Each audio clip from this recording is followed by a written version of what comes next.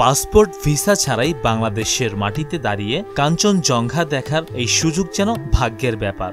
হেমন্তের শীতল মৌসুমে পর্বতটি আরও স্পষ্ট হয়ে ওঠে, কখনো রূপালী, কখনো সোনালী, আবার কখনো নীলাভ আভায়।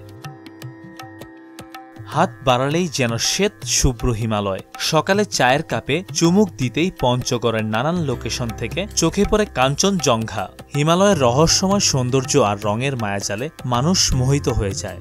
বাংলাদেশের বিভিন্ন প্রান্ত থেকে আসা পর্যটকরা মনে করেন পঞ্চগড়ে এসে কাঞ্চনজঙ্ঘা দেখতে পাওয়া ভাগ্যবানদেরই সম্ভব।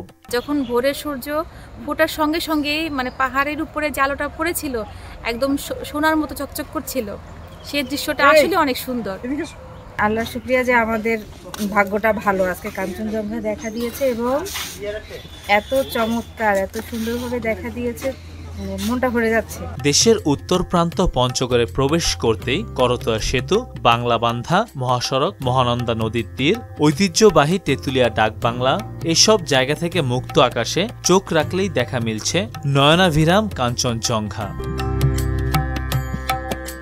সকালের সূর্যের মিষ্টি আলোয় পর্বত শৃঙ্গ বদলে নেয় রং, কখনো লালচে, কখনো সোনালী। রং বদলের এই খেলা দেখতে প্রতিদিনই ভিড় করেন স্থানীয় দূর দূরান্তের সৌন্দর্য পিপাসুরা। তেঁতুলিয়া ডাকবাংলা থেকে কাঞ্চনজঙ্ঘার দূরত্ব প্রায় ১৬৫ কিলোমিটার। নেপাল সিকিম সীমান্তে অবস্থিত ৮৫৮৬ মিটার উচ্চতার কাঞ্চনজঙ্ঘা এমনই মোহনীয় রূপে ধরা দেয়। সন্ধ্যার পর থেকে সূর্য ওঠা পর্যন্ত তেঁতুলিয়ার বিভিন্ন স্থানে জমে ওঠে পর্যটকদের ভিড়। গান, বাদ্যযন্ত্র, পিকনিক, হয়ে ওঠে উৎসবমুখর পরিবেশ।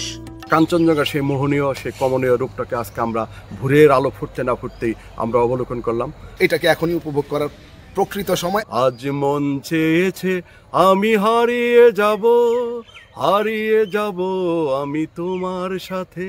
মেহেদী হাসান, মোহনা ডিজিটাল।